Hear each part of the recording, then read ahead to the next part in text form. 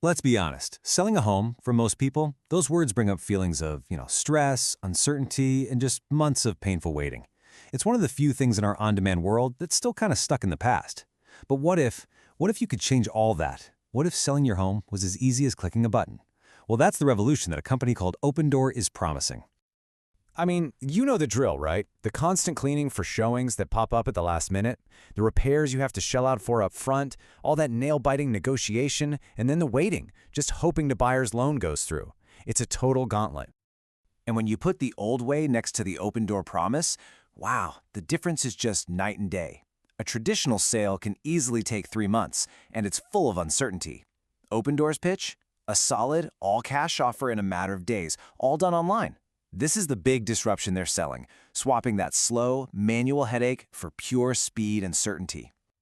Okay, so here's what we're going to cover today. First, we'll break down what iBuying even is. Then we'll walk through exactly what it's like to sell your house to them. We'll weigh in the pros and cons, and then we'll get into how they actually make money. And finally, we're going to dig into the huge risks that have everyone asking, is this the future or is it a model that's built to fail? All right, first things first, we have to understand this one key term, iBuyer. It's the whole foundation of their business. So an iBuyer, which just stands for instant buyer, is basically a high-tech house flipper on a massive scale. Think about it. Companies like Opendoor use these powerful computer algorithms fed with tons of data to figure out what your home is worth and then make you a cash offer, like almost instantly. They buy the house directly from you, they handle the repairs, and then they try to resell it for a profit. And if you look at their official mission statement, it gets right to the heart of what they're selling. For them, it's not really about flipping houses. It's about getting rid of that horrible gridlock in the moving process, so you have the freedom to move on to your next home without being stuck waiting for your old one to sell. So, how does this all actually work for you, the seller? Let's break down the journey from start to finish.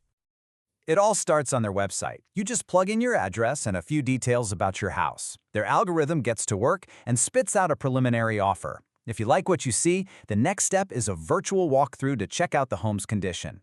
After that, you get a final all-cash offer that lays everything out, their service fee, any cost for repairs. But here's the real game changer. You get to pick your closing date. That means you can line things up perfectly and avoid that nightmare of paying 2 mortgages at once.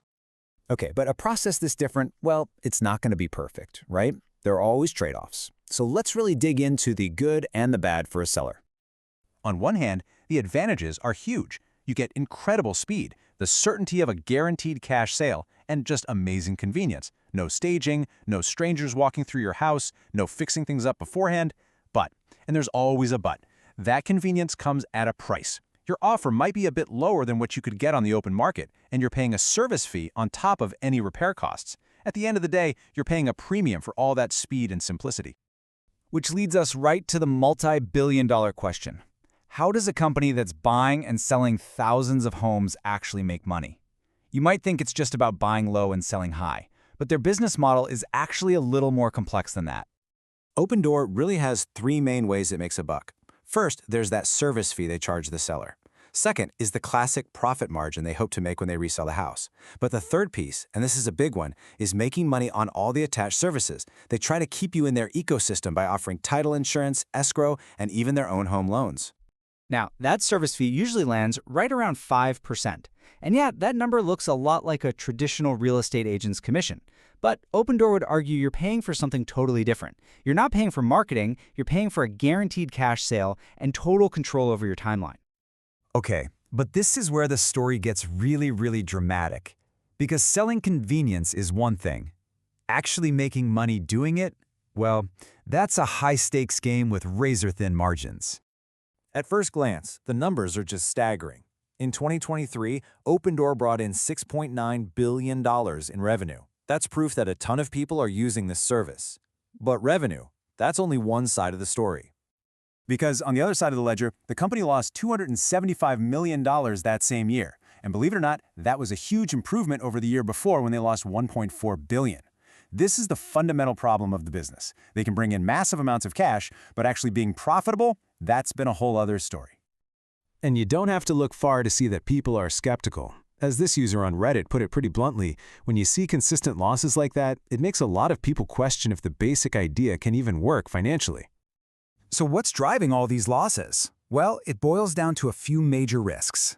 The biggest one is market volatility. If the housing market takes a dive, Opendoor is suddenly stuck holding thousands of houses that are worth less than what they paid. Then there's pricing. If their algorithm gets it wrong and overpays for homes, their profit margin just disappears. We saw this exact thing happen with Zillow. Their iBuying business failed spectacularly after losing hundreds of millions. On top of that, you've got massive operational costs, the effect of rising interest rates, and even regulatory problems, like a $62 million settlement they paid over claims of misleading customers. So it all comes down to this. Opendoor is selling something genuinely valuable, speed and certainty in an industry that famously has neither. But to do that, they have to absorb all of the market's risk themselves, and that has come at a massive cost to their own bottom line. And this leaves us with the ultimate question, doesn't it? Is this iBuying model really the future of how we'll all buy and sell homes? Or is it just a brilliant, super convenient idea that's maybe too fragile to survive the natural ups and downs of the real estate market?